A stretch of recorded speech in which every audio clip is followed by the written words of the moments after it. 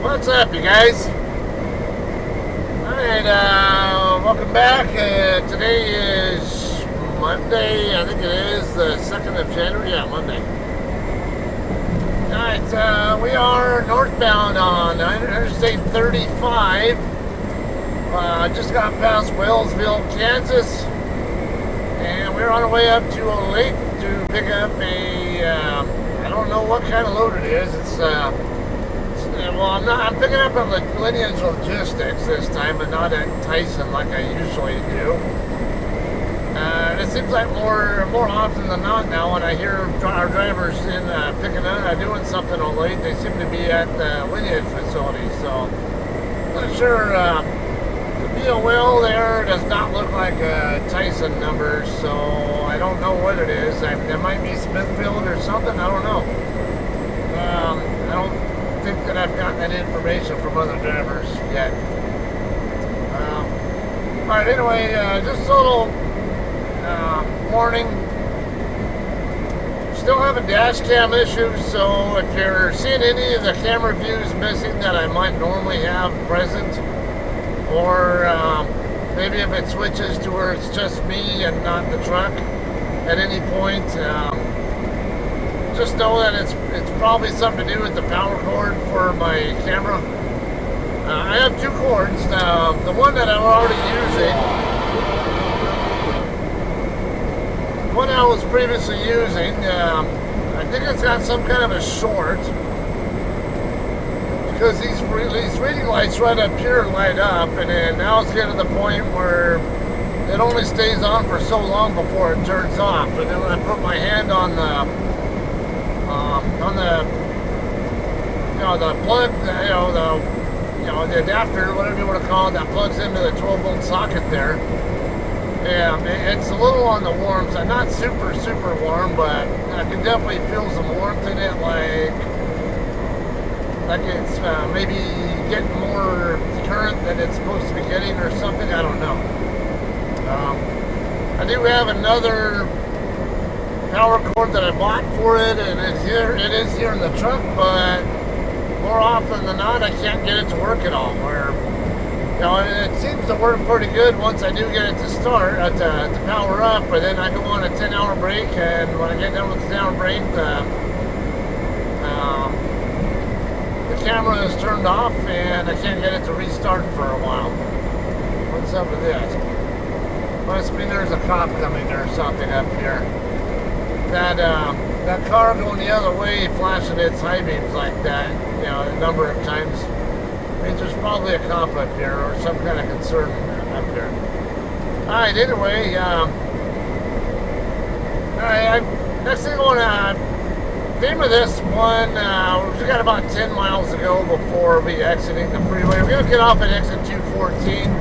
It's the same exact exit that I would be using to go to the Tyson facility.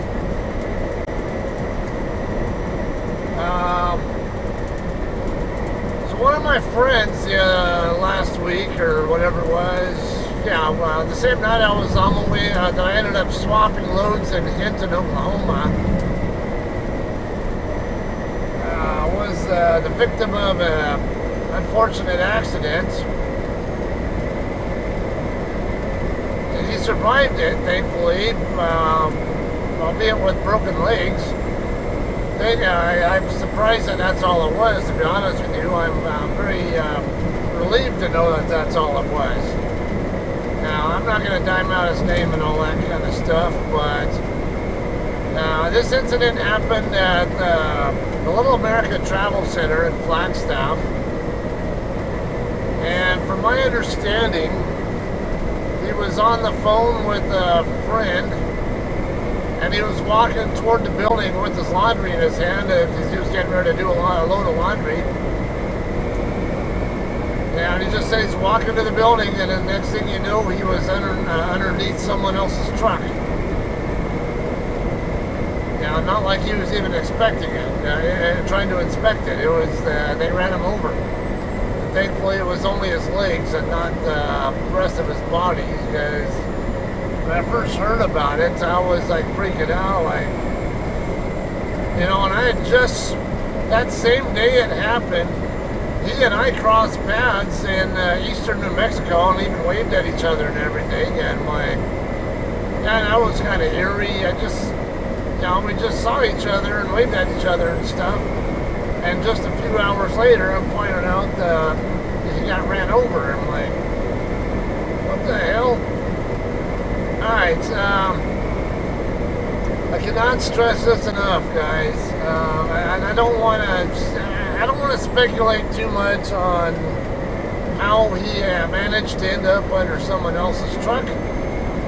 But I have my own experiences I will share, and I will say I don't care whose fault it is. You are the only one who can possibly be sure of your safety most of the time. If you're not, I can have a saying that I'll make a bobblehead doll look like it's got stiff neck syndrome when it comes to being aware of my surroundings when I'm at truck stops. Nobody comes anywhere near me when I'm at a truck stop in those transitional spaces, as one of my favorite YouTube channels likes to call it. Nobody comes near me without me knowing they're coming first. Doesn't matter if it's a truck or someone on foot. You will not sneak up on me, no matter what whether you're on foot or in a vehicle. Every few seconds when I'm walking around, I just turn my head 90 degrees, use my peripheral vision to look back what's going on back there. Then I'll turn the other way, look back the other way. And then when it comes to walking in front of trucks, whether they're parked in the fuel island or moving, cardinal sin. Don't ever fucking walk in front of the truck unless you know damn well that the driver sees you and or is not in a position to move. Why is this guy slowing down?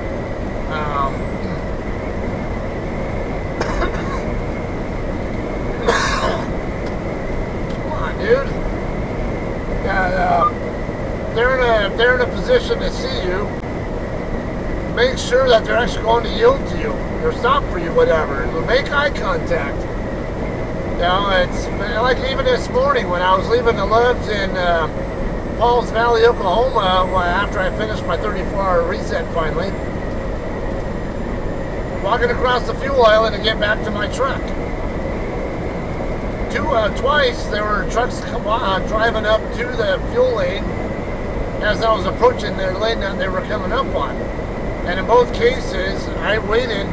I did not go into their lane until I confirmed that they were going to check up for me. And then both of them went from kind of a normal approach speed to a creep speed to indicate that even though, because it was a little bit too dark for me to see them,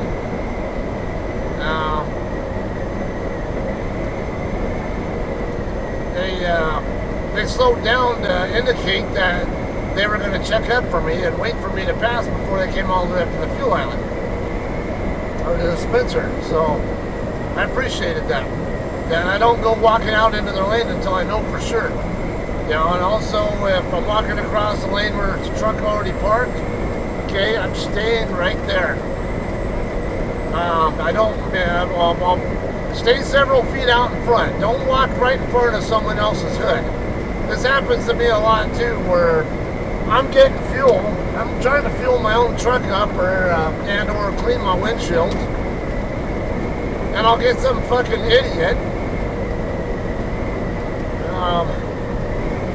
walking between me, like they're gonna try to walk between me and my truck. I was like, what the fuck are you thinking? You're not, you should not be walking that close to anybody's truck. Because, I'm smelling something, and I don't know if it's that or, come on, people. I got the weigh station coming up here, too, so I don't have a choice but, back it off here.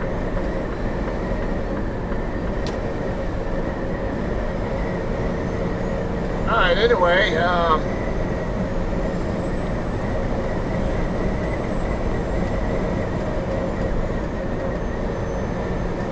Anyway, yeah, I don't go, I mean, when I walk in front of other people's trucks, I stay several feet out in front of them. I don't walk literally right next to them. That's one of another general safety rules you should always follow when you're in a truck stop. Also, on that note there, I do have a couple of stories I can tell you about that. One case was at the Flying J in Fontana, California, coming up to the fuel island. Now I'm looking around everywhere.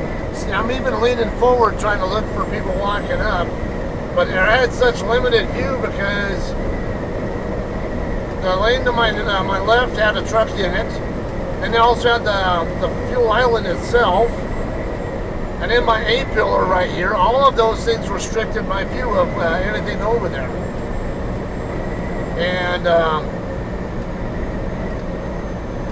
anyway, I get to a spot where I can finally start seeing in between the A-pillar and the island. I'm looking in that gap. I don't see anything.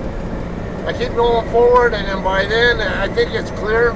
All I'm there for is reefer fuel, so my eyes are glued to my flat mirror here. Want to know if is this 214? Yeah, I think this is. All right. Yeah, glued to the flat mirror, trying to line up my reefer tank with the dispenser. Little do I know, there was a guy walking across from left to right. My view of him was obstructed by my A-pillar, and so my attention is on my mirror, not on over here. And it took a little bit for him to finally get in view, emerge through my windshield from the A-pillar. And by then, though, yeah, right turn here. Anyway, long story short, I almost hit the guy. And two problems there. One, it's a dangerous place there, and I said even when I was trying to look for people to go in carefully through there, I still couldn't see the guy because of things obstructing my view. Another problem was the other person there was walking to the toward the building, and they didn't pay any attention at all to what was going on. They're just kind of, I mean, even though he was like probably a good 10 feet out in front of the lane where he should have been. Still on the issue, was just kind of beelining straight ahead, had his blinders on, had no idea what was going on, wasn't watching me to make sure I was going to stop, to make eye contact, so we came close. I'm going to have a right turn coming up here. If we go straight ahead, I think it is, yeah, if we keep going straight ahead, there's the Tyson facility I go to, but should be a right turn coming up. Yeah, this light right here is going to be a right turn. Had another case at the Flying J in Jamestown, New Mexico.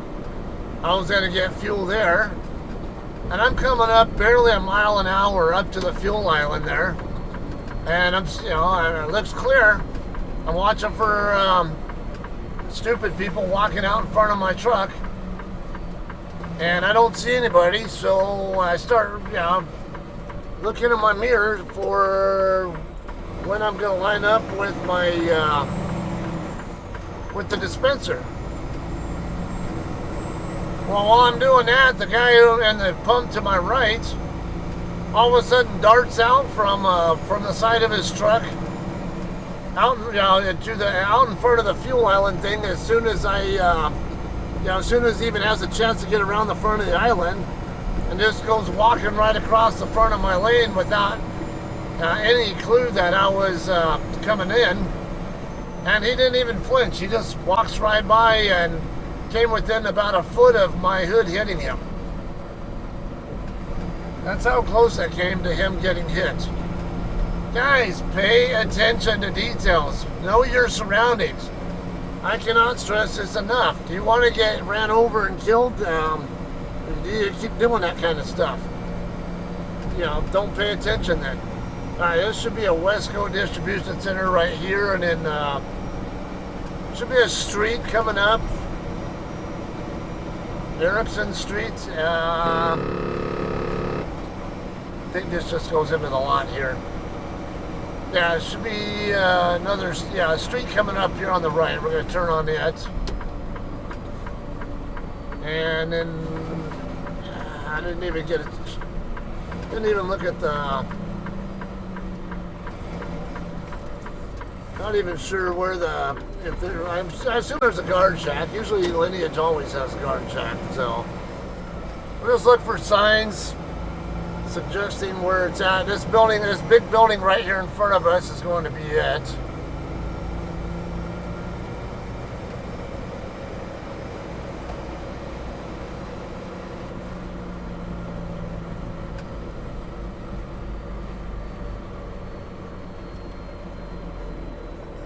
Yeah, this is.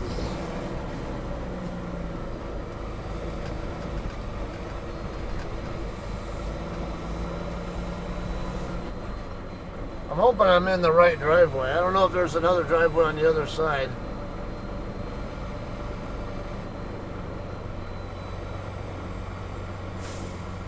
I'm trying to look. I don't know the layout here, so we'll find out here.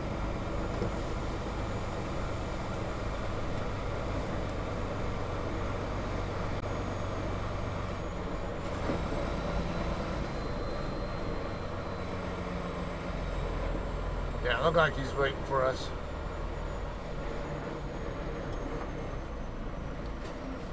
Morning. Hello. Am I at the right gate? All right, cool.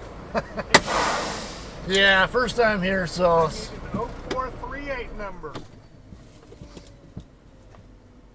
Last 6 on that number are 115402.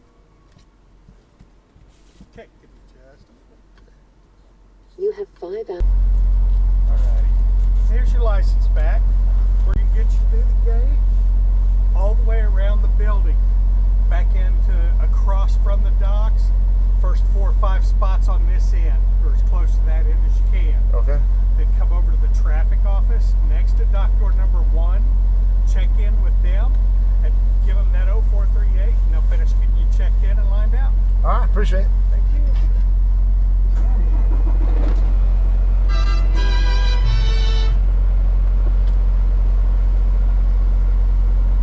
You have 5 hours and 11 minutes of remaining drive time.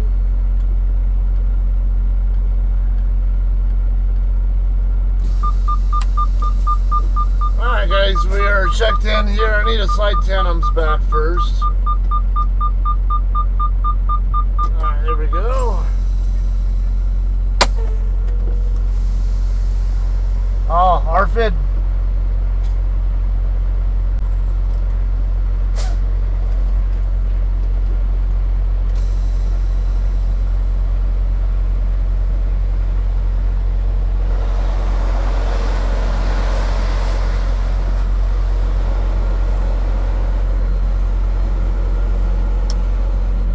So you got the info from him, I hope. We'll just go all the way back around to the south end and we'll get checked in.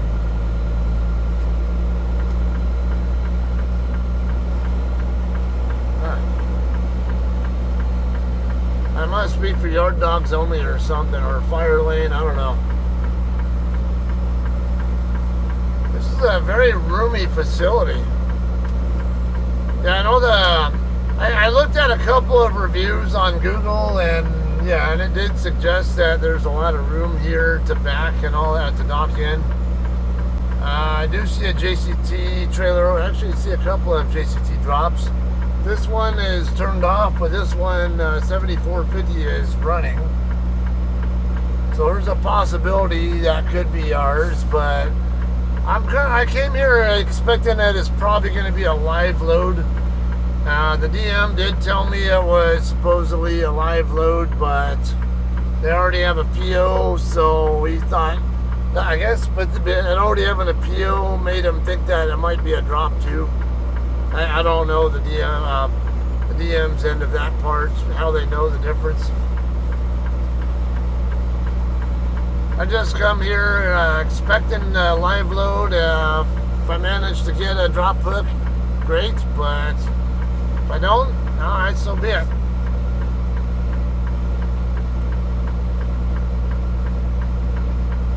There's a ton of space here.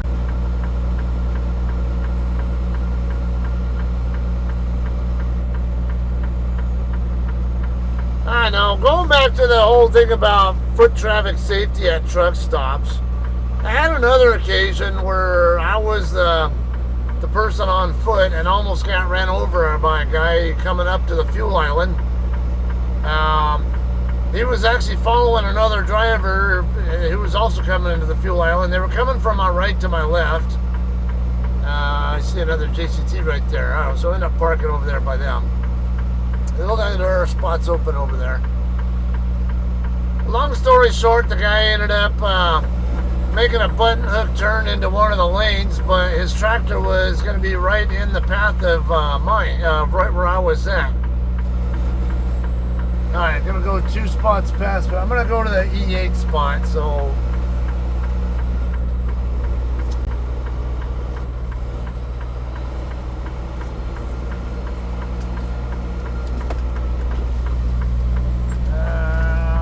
Not too far off.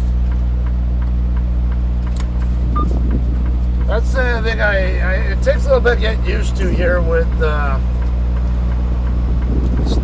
backing with a Freightliner versus backing my 579. This thing turns on a dime, so the trailer tends to react a little bit differently.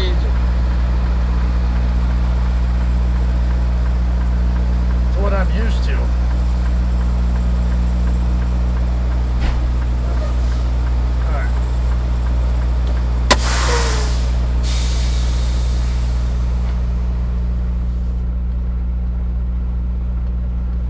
I'm gonna get checked in and see what's going on after this. Assume I might be sitting here waiting for a while. Is that? I think that's my friend Dwayne over there. Alright guys, we are ready to dock in. Had a little bit of a delay getting the door, only because the computer issue of some sort. Hopefully my dash cam is recording for you, because it just turned off right when I got back in the truck.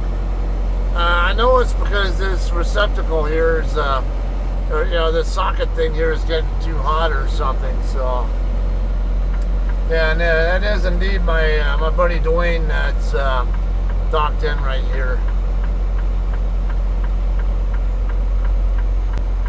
So, yeah, I'm going to get through docking in here. I'm going to go chit-chat with him for a while. And as they said, they'll give me a call when my bills are ready.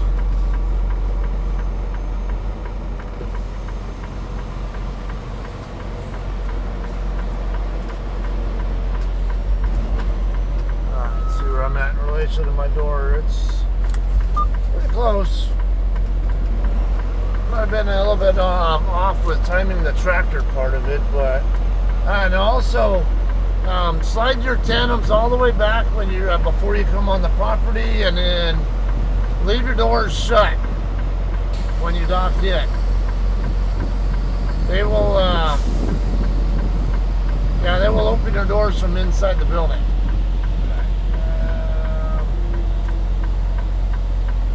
Yeah, shitload of space here.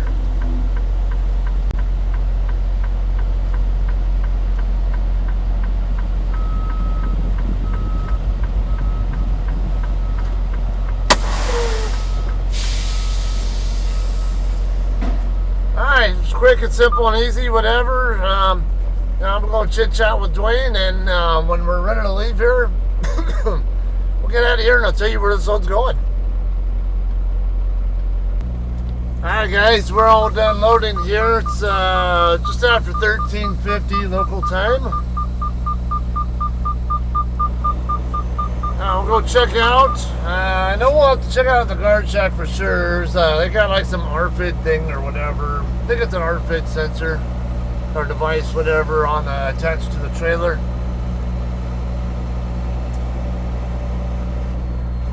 Alright, so this load's going to be going to Reno and to Roseville, California, which is just outside of Sacramento, just northeast of Sacramento, right off of I-80.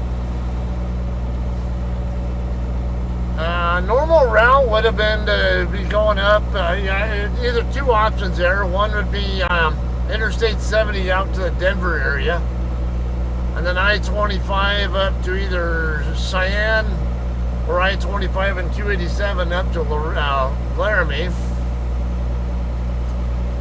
Alternatively, you could go up 35 up to Kansas City, and instead of taking 70 out, go up I-29 up toward Council Bluffs, Iowa, and then cut across Highway 2 over to Lincoln, Nebraska, and then across I-80 all the way from there. However, there is nasty, stormy, snowy weather expected along that route.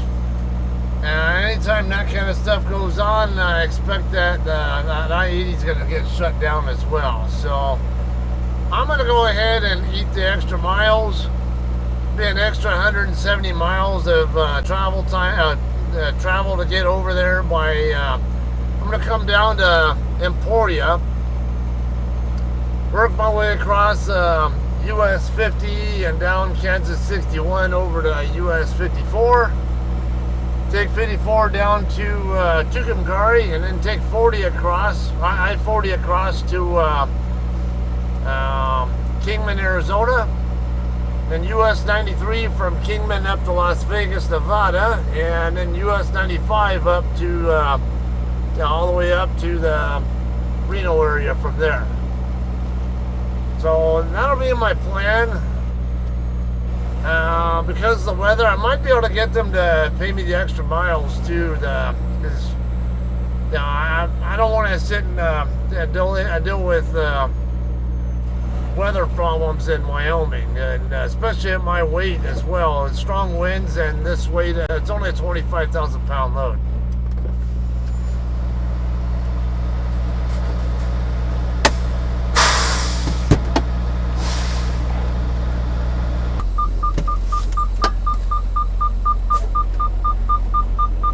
Guys, we're ready to get out of here. I need to get this vest off before I get my seatbelt on, though. Well, I don't need to, but I want to.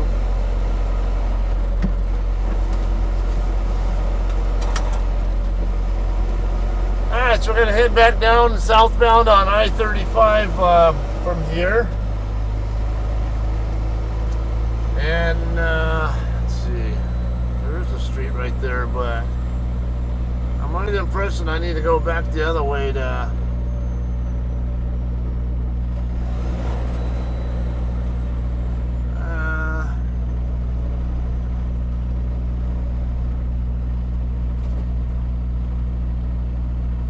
no, actually I could just go ahead and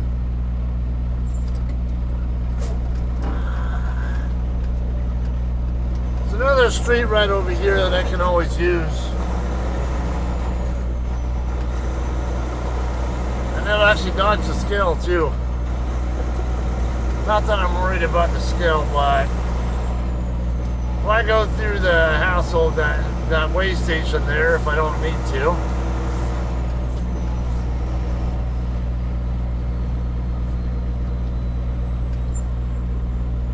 Alright, looks like it'll be a right turn. No, I'm not going that way.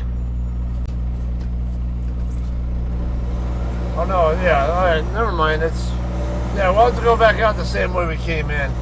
That's like a windy road there. It's look like it might only have it's kind of not very truck friendly to me, so I'd rather go this way, head back over to the same on-ramp that we did end up taking, so we'll go for that instead. Anyway, I don't know how long this camera is going to stay on, and I naturally don't want to have the video too long for you guys as well. So you all know what's going on. I at least have some kind of a recipe to work with as far as getting this thing to work. at least just long enough to where I can keep putting video footage out for you guys, pick up delivery vlogs and whatever else. So at least until I can either get the I'm either get a new camera system, I don't know yet. This one is, I mean, it gets the job done, but it is temperamental. The power cords for it are always a pain in the ass. You know, sometimes they work just fine, but then over time they wear down to where I have to, you know, or they get damaged inside from using a USB charger for other devices. And also the cables for the exterior cameras, the rear view mirror cameras, those can sometimes be a little bit of a pain in the ass too. I know the passenger side, I've been getting like this kind of weird fuzzy wavy looking kind of picture quality from it. I don't know why, but it's been like that ever really since I replaced the cable for the driver's side. It's I don't understand why it does that, but it does. So I haven't decided yet if I'll just go ahead and buy a new cord for this one, and you know, maybe even replace, I don't know, maybe even cut this one and see if I can splice the new cord that I bought onto the old one. Perhaps that'll be an option too. Or I may even look at getting a whole new camera system that might be a little more reliable. So those are options I'm considering. Whatever the case. Let's see. Oh, okay. Alright, yeah, just keep going straight ahead on this street, and then there'll be a right turn onto a Cloverleaf ramp to get onto southbound 35. So that's what's in store. I can't keep this one on very long though, so that's the concern I have with this. Really, I think it's just the power cord though. If I get a known good power cord part that plugs into the socket with the terminal end on the other end that hooks into the camera just fine, I don't know, might be in business, but it seems like right now I can only have one or the other. Alright, anyway, I am going to call this one a day, right? Appreciate you guys hanging out and watching, and yeah, maybe we'll see you guys in Reno, right? Fingers crossed, yeah, I'll have a delivery vlog for you guys in Reno. Alright, we'll see you guys then. By the way, that one's due on the 6th. I think that is Friday, something like that. Alright, you all have a great day, and we'll see you there.